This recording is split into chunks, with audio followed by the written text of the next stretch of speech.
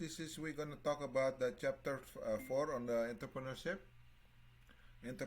based on the financial viability. Okay, using the book of Building Your Dreams, Canadian Guide of Starting Your Business.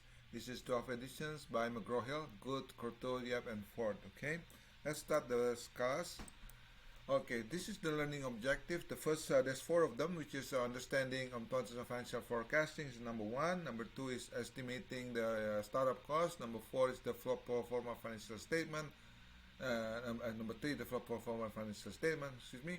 Number four is determine how to measure the financial viability of the business. Okay, let's look at the importance of financial forecasting. You're gonna develop a pro forma financial statement using income, cash flow, and balance sheet. Who are the people that you will use? Of course, the founders, the managers, shareholders, the investors, lenders, suppliers, as well as government. Okay, so let's look at the next one. Estimate your startup cost. It's a one-time startup cost. What are the capital expenditures? Example, I'm setting up a samosa shop. I just mentioned to you the furniture and equipment that I need to do. Let's say $500,000, the startup cost, inventory and supply. The soft cost will be the utility budgets. Basically to set up your electricity connections, set up your gas connections, set up all your utilities connections, pre-opening advertising, other prepaid expense. Okay, and then initial operating costs, let's say payment for ongoing expenses such as rent, sufficient to cover at least 2 to 3 months operation, and cash reserves should be available. Next one, professional income statement. Estimating the initial profit or loss expected by the business, measuring the company's sales and expenses during a specific period of time.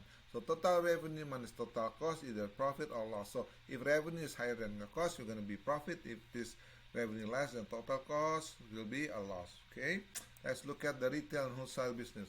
So the following points need to construct pro forma income statement. What are the predict sales volume or projected net sales? So it is a retail. Let's say samosa shop is going to start with the retail business, and then the projected cost of goods sold, you're gonna check how much you're gonna be your cost of goods sold, and fixed operating expense, the rental, let's say $1,000 a month, utilities, let's say $500 a month, insurance cost, let's say $250 a month. Then you're gonna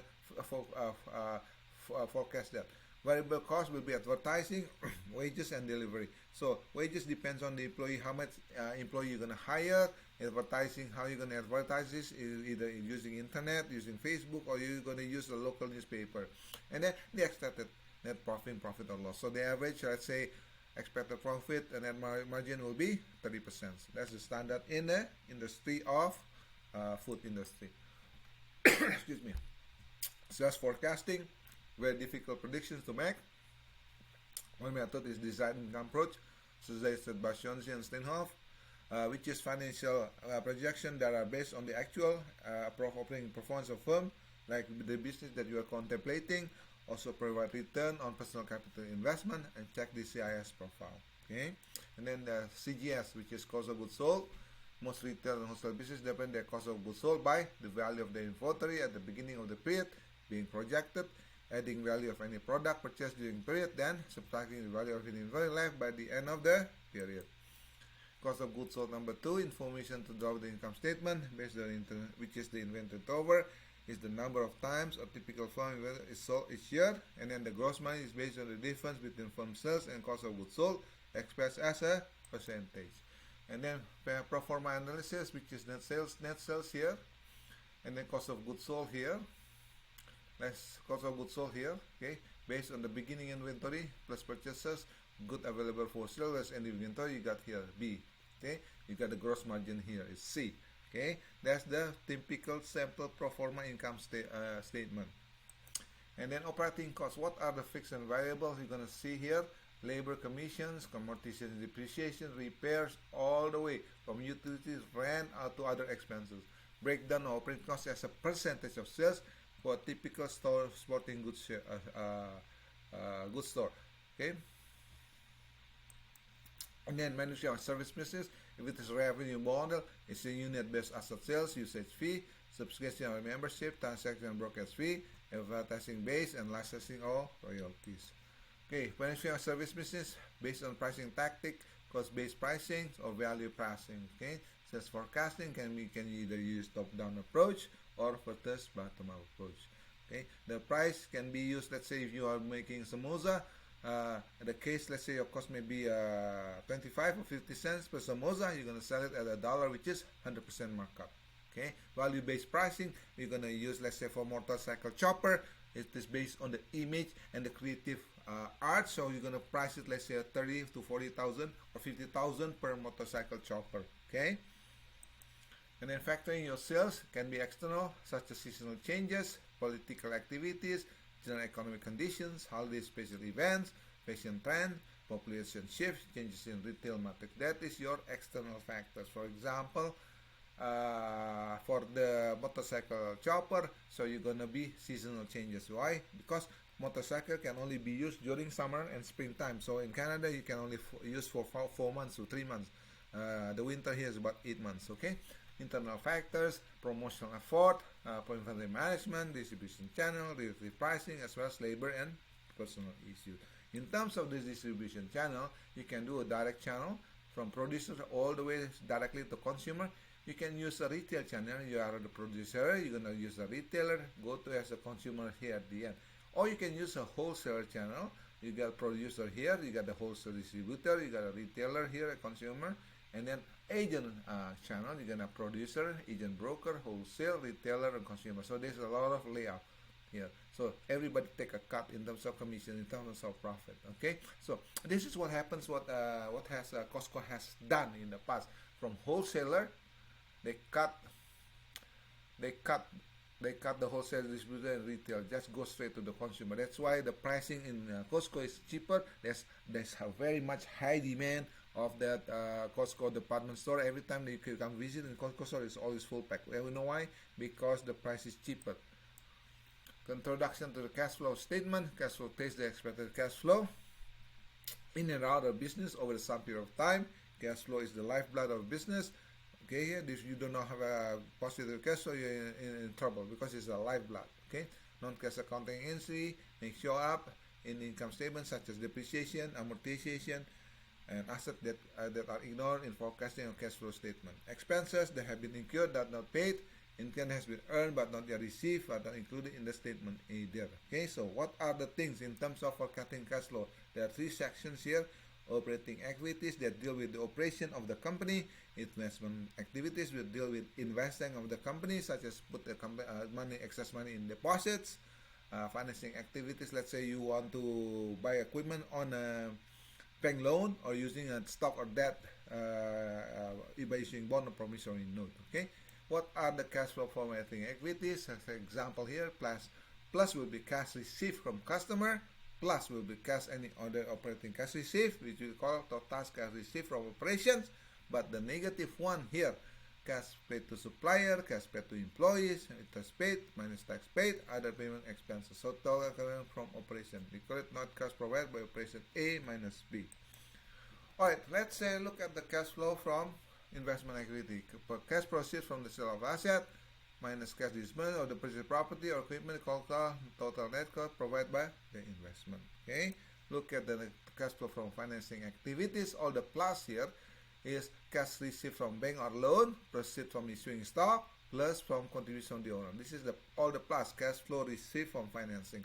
But the negative side will be repayment of principal, such as loan, dividend paid to shareholders, cash withdrawal by the owners, and other funds removed by the business. We call it total cash outflow, payment for financing.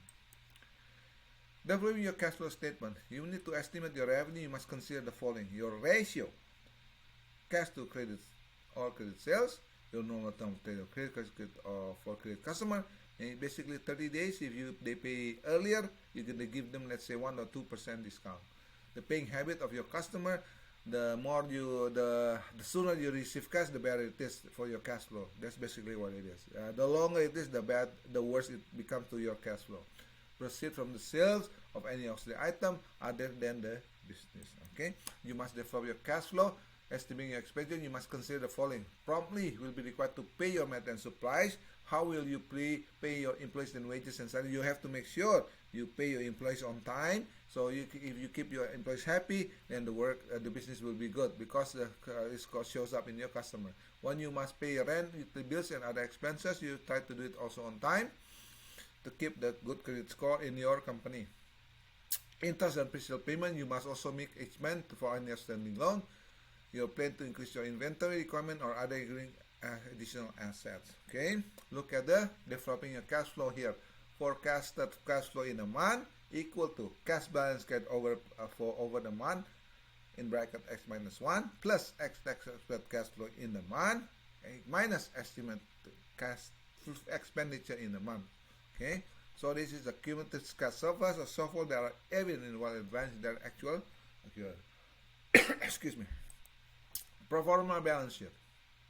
It is a snapshot of the health of the business at a point in time. So the formula will be asset equal to liability plus equity or net worth. Okay. Pro forma balance sheet will consist of current asset, fixed asset, current liabilities, long-term liabilities, as well as equity, net worth. Accounting practice, you have to have a record keeping. Because Excel is the most common being used. Cloud or online accounting solutions is available. You can use the most common will be a QuickBook or simply accounting or maybe iPack. Okay, but the most common one is QuickBook.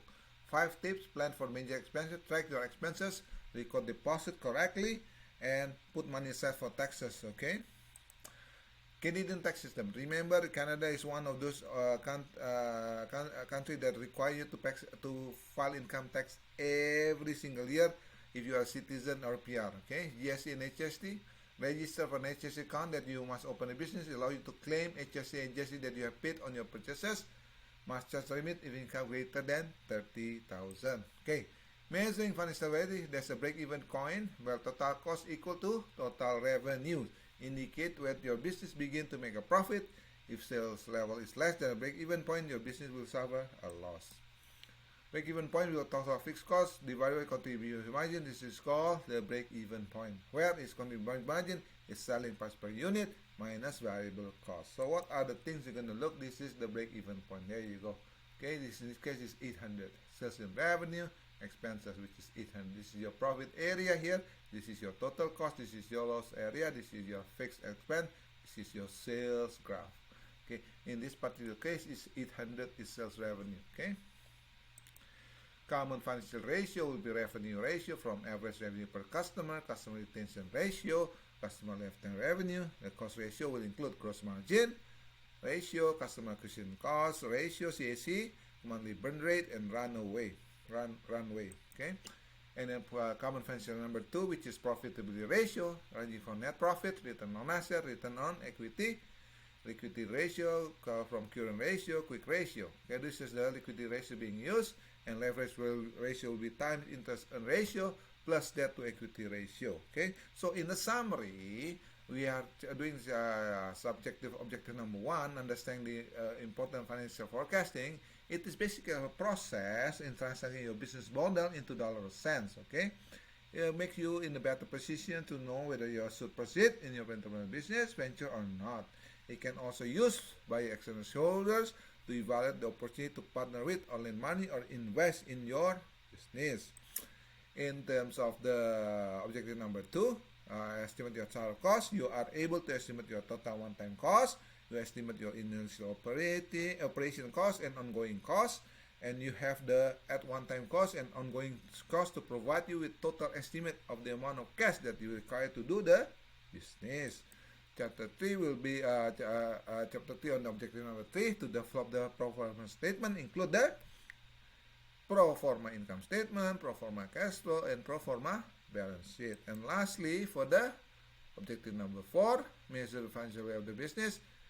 Using pro forma statement, you can use financial ratio to better understanding your potential health and performance of your business. And break-even point is the most important financial ratio because it indicates your business begins to make profit. So that's basically conclude the chapter 4. So it is only focused, this chapter focus on the financial side aspect. Okay, we will discuss different chapter 5 next in the next video. Thank you everyone who follow up these questions, and it's also available in Edpuzzle.